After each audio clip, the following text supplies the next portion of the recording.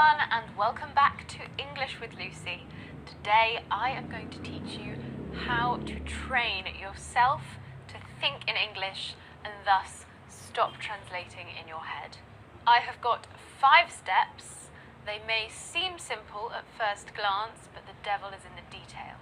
If you follow these 5 steps, you will be well on your way to thinking completely in English with no need for translating in your head. Right, let's get started with step number 1, word identification.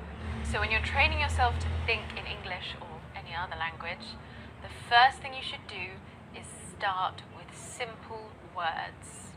When we are children learning a language for the very first time, we start off with individual words, so that's what we're going to do here. Wherever you are, whenever you become aware of the fact that you have an opportunity to learn some English, you might be on the bus, you might be walking somewhere, you might be sat at home, like a lot of us are at the moment.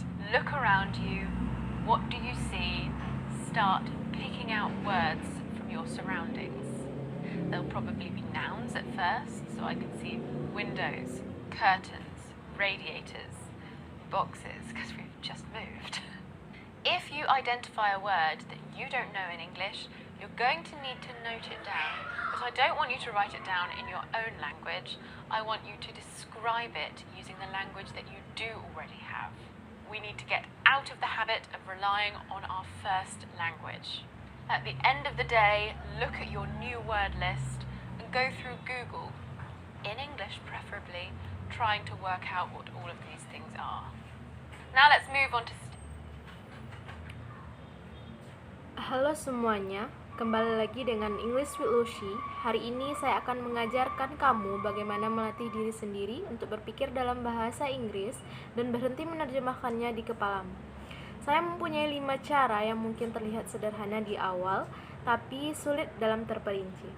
Jika kamu mengikuti 5 cara ini, kamu akan menjadi lebih baik ketika berpikir dalam bahasa Inggris sepenuhnya tanpa menerjemahkannya di kepalamu. Oke, mari kita mulai. Langkah pertama yaitu identifikasi kata. Jadi, saat kamu melatih dirimu untuk berpikir dalam bahasa Inggris atau bahasa lain, hal pertama yang harus kamu mulai adalah dengan kata-kata yang sederhana. Saat kita kecil, belajar bahasa untuk pertama kali, kita memulainya dengan kata-kata individu. Jadi, itulah yang akan kita lakukan di sini.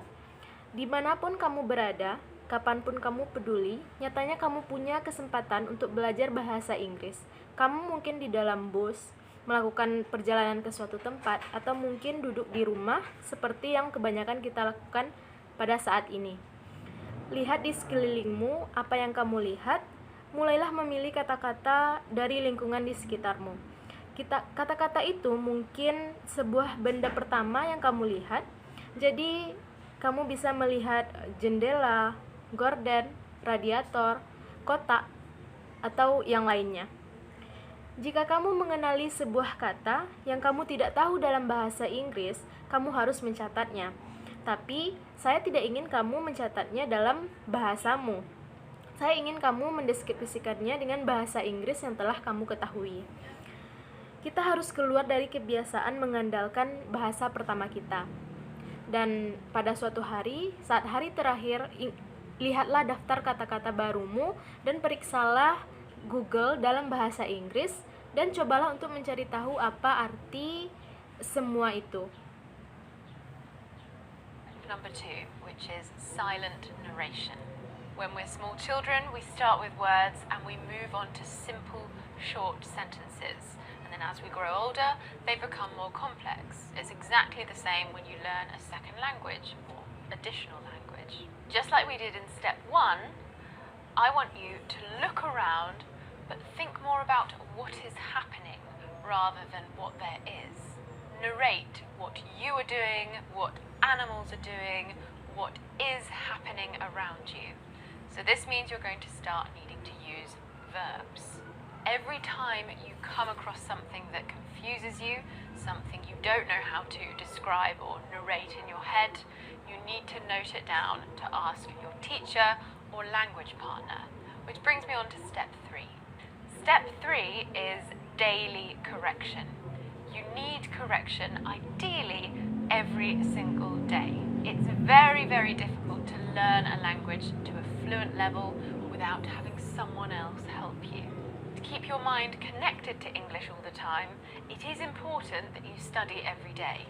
The best possible way of doing this is taking a proper English class with a native-speaking, qualified teacher every single day.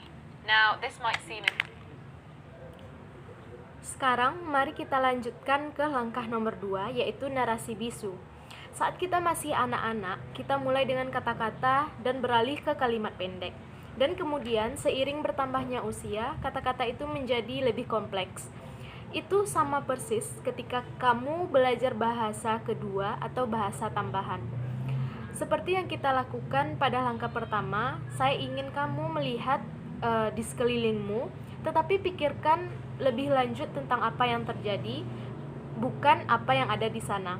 Ceritakan apa yang kamu lakukan, apa yang dilakukan oleh hewan, apa yang terjadi di sekitar kamu. Jadi, ini berarti bahwa kamu akan memulai untuk membutuhkan kata kerja. Setiap kali kamu menemukan sesuatu yang membingungkan, sesuatu yang sulit untuk kamu gambarkan atau ceritakan di kepalamu, kamu perlu mencatatnya untuk bertanya kepada guru atau partner bahasa kamu. Kemudian langkah ketiga adalah koreksi harian. Kamu perlu koreksi idealnya setiap hari. Sangat sulit untuk belajar bahasa ke tingkat yang lancar tanpa meminta orang lain untuk membantumu. Agar pikiranmu tetap terhubung ke bahasa Inggris sepanjang waktu, penting bagimu untuk belajar setiap hari.